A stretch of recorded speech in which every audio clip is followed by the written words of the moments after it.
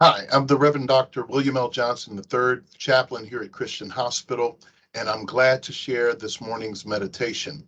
Always, as I say as a preamble, each time we share these messages, they are for you, for all of us who are journeying through life, dealing with the difficulties along that journey, and trying to be support for one another. These messages are intended to encourage and to inspire you to remember that you are special, that you have something to offer into the world, and something that is so important that only you can give. And so that we want to share these messages. Hopefully, that you are aware that you're loved, you're appreciated, and you're irreplaceable. Now to our morning meditation. I want to talk with you about what has come to mind for me, something that is really important. And I want to entitle this message, The Necessary Rain. The Necessary Rain. When I was growing up, I enjoyed playing baseball during the spring of the year, and often at other times when I had sports or activities or anything that had to be played or experienced outside. I used to find myself really excited about those moments. And from time to time, we would wake up and get started with the day, waiting with anticipation of what the day would bring, what the event will bring, what the game would bring. I had my uniform ready. I was ready to get out there, only to discover that the clouds had gathered. The day was overcast. And yes, indeed, rain was forecast and was sure to come, and all morning long it would start. And as children, we would find ourselves repeating many sayings, but this was one of them. Rain, rain, go away. Please come back some other day.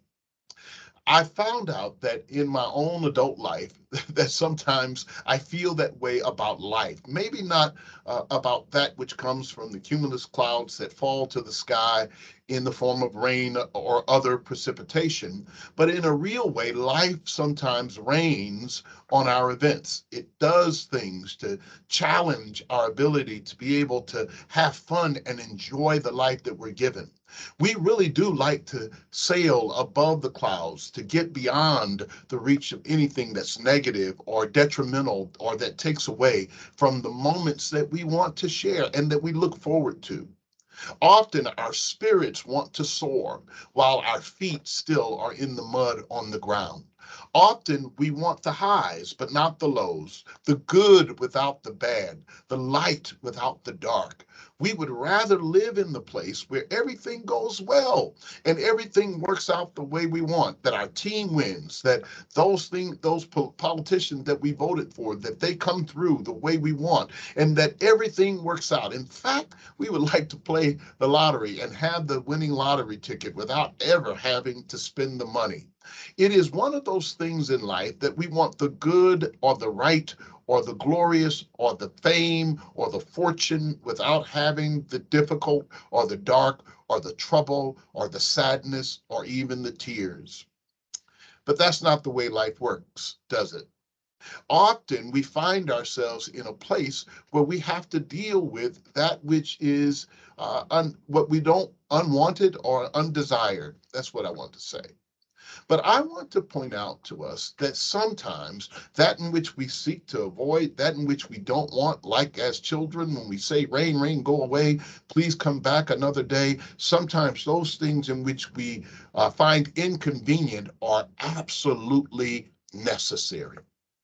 And I want to share that with you today, is that sometimes the inconvenient things, the things that don't work out according to our plans, the things that don't measure up to our standards, the things that put a damper on our parade or don't really celebrate us the way we would want to be celebrated, or doesn't open the door we want to have open, or doesn't give us the kind of feelings that we wanted to feel, are the most important and the most necessary for our lives.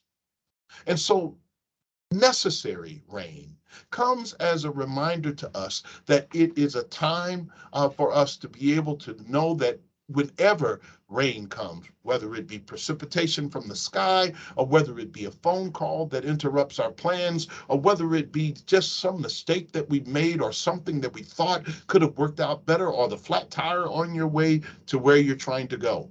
All of those things serve a purpose for our lives and remind us that they are necessary. Necessary rain comes into our lives to remind us to do several things. And there are a lot of things that I kind of wrote down and thought about as I was reflecting on this. But I wanted to say, first of all, it is that rain, necessary rain, comes as a catalyst for our reflection. Sometimes when we are prone to do things, or planning to do things, or have done things, and we discover they don't work out the way we want, we soon dismiss them as if someone did something, blaming others, blaming the circumstances, blaming the conditions, instead of taking time to really reflect on what it is that we have experienced. I mean, really. Sometimes we have to look in the mirror or take a moment, some quiet time, some timeouts, if you will, just to sit down and reflect on what really happened here. Sometimes we were in love. We thought the person that we would be with would be the one we would be with for the rest of our lives, only to discover that that relationship derailed and it didn't work out the way we had thought it would. And it left us with a broken heart, or as Mark Nepo says, sometimes the difference between a broke a broken or heartache rather, and heart soreness. We are in between the places where that which should have broken us did break us, or did it really strengthen us for what is coming next? And reflection allows us to see that. It allows for us to really take a real honest accounting of what it is that's happened. And sometimes it had nothing to do with the things we thought it was about. It wasn't because they didn't like us. It wasn't because the system was rigged. It wasn't because people were against us. It wasn't because that someone failed us. But maybe, just maybe, circumstances. It just happened to be a cloudy day. It just happened to rain. It just happened to be a part of what is happening with all people in life. Or maybe yet, it could be the very things. Maybe it was me. Maybe my choice in job or career. Maybe it might be my choice in people and friends or relationships that consistently leave me here. In other words, rain is a part of that. It's necessary because it causes us to reflect. It should cause us to reflect. Maybe I should say it that way. Reflect. Think about it. Reflect on it, measure it. As a chaplain, we have this practice of what we call action, reflection, action. Try something, do something, then reflect on it, and then adjust what you do based on that reflection, and then try it again or try something different. Action, reflection, action is the only way we live and learn. And so sometimes the rain is necessary because it gives us time to reflect. It also gives us time to remember. Sometimes we, as my mother says often, I forget more than I remember. It is that moment in our lives in which we have the moment that calls us, CALLS, calls us to remember, remember, to re-assimilate, become a member of that thing in which we divorced ourselves from. Sometimes we become separated from the real living of our lives, and we have to remember, to come back again to being members of the life that we're living. That's what I mean. I don't really mean to get too deep on you, but I really want you to take a moment to realize that necessary rain causes us to remember, to be able to put ourselves back in the living of our lives, and not in our heads and not in the clouds, but brings us back down to earth with the people around us, and to remember, to re-enter the fellowship or the initiation of what it looks like to be in community. That I'm not beyond everyone else. I'm not so extraordinary that I don't feel pain. I'm not in the place where I should never actually have disappointments, or I'm not in the place where things just work out the way I want, the way we want instant gratification and want things to work out the way we want right away, when we want, how we want. that would make us like our Creator and make us God. And in my opinion, that is the most dangerous thing that we can imagine. We live in a common community called the human race, and we feel what everyone else feels. We feel loss, we feel happiness, we feel joy, we feel sadness, we feel good days and bad days. So, in other words, as my old church tradition says, there are no big I's and no little U's, that we all are members in life together. And when we have moments in which it rains in our lives, it reminds us that the rain falls on the good and the not so good, on the right and the wrong, on those who have it together and those who do not, that we all are in this common community. Well, let me wrap this up. And I want to say that, yes, the rain is necessary. And it also really is important for us to kind of put ourselves in a place where we reflect and remember. But I also want to share this last thing that I think is helpful for us, because sometimes we have to do something about what's happening. And that is the place where it says it reminds us to kind of reset. Yeah. In other words, when it rains, whatever that rain looks like, it causes us to reset, to reconfigure, to really think about what it is we should do, and maybe make some adjustments in our lives to reset. There's nothing wrong with a reset. Some people think resetting is like failure. So they keep on down the road they're going, even though they know it's headed for disaster, even though they know there's no good outcome. And sometimes the rain in our lives, the necessary rains, I'm not saying that every time things happen that serve as an obstacle in our lives, that that's necessary or that the divine is implementing that. No, not at all. What I am saying is that there are some things in our lives that bring us back to the ground so that we can reset our priorities. You may have heard this old saying. I know I've shared it here in these meditations before, but it was about a person climbing a ladder.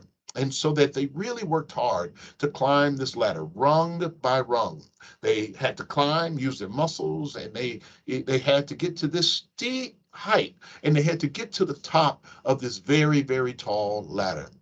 And by the time they reached the top of that ladder and got a view of where they were, they realized that they were on the top of a ladder that was leaning up against the wrong building. In other words, it wasn't really where they wanted to be. It wasn't really where they should have been. But they had been climbing and so preoccupied with trying to advance, trying to grow, trying to get things, trying to get their family, trying to buy the house, trying to figure out how to get their relationship, their marriage, or whatever it is that they want, trying to get that promotion, that they became preoccupied with that. And then once they finally reached their plateau, they got to the place and realized it was up against the wrong building. It wasn't really the life they were meant to live. That, my friends, is disappointing. And necessary rains cause us to take a moment and reset and think about what it is we've been pursuing the whole time. I don't know about you. Maybe you're in a place in your life. You've been climbing up a ladder. You've been trying to get your kids off to school. You've been trying to accomplish some goal or to have some achievement or get that degree or get that certification or to be able to actually achieve something high. Maybe even become the leader of your organization or to climb higher in life, only to discover it doesn't satisfy that which is most important to you, and that is your soul. That something is still empty, something is still missing. And therein is why rains are necessary, because it challenges us to think about what we really want and what we really need. Paulo Coelho once said that when we are whatever we know what we really want, when we pursue what we really want, whatever we really, really want in our soul, not in our heads, not in our hands, but in our soul, what we really want in our soul, the whole universe conspires to bring it to pass. How about that? That life starts to organize itself to help us to move to that which our soul hungers for the most. So rain, necessary rain, causes us to reflect and get a closer, more intimate relationship with guess who? Yourself. and the God who put that self and soul together. Why are you here and what your assignment is comes from some other place that now is grounded and strengthened and matured when rains come. So you can't live in the clouds forever, or you can't soar on the wings of an eagle. That sometimes you have to use these bodies and trudge along. Even though your spirit says and your soul says, come on, let's go do it. You have to go through the trenches to get there sometimes. And that, my friends, is what it means to really know why necessary reigns. So whenever you're tempted to sing that song in your spirit, rain, rain, go away, please come back another day. Remember that some rains are necessary. Thanks so much. We thank you for tuning in with us and joining in with us. And we want you to hear what you have to say. So send us an email, william.johnson@bjc.org. We really would appreciate your feedback about how these messages are touching your life. And if they are, it encourages us to keep on doing it. So thanks so much. We look forward to hearing from you. And for those of you who are on Facebook, when we share these things from Christian Hospital, or if I share it on my own personal page, you'll discover I will welcome your feedback and your insight and your vision. Thank you so much for all that you do. Remember, you're loved, you're appreciated, and yes, indeed, you're irreplaceable. Bye.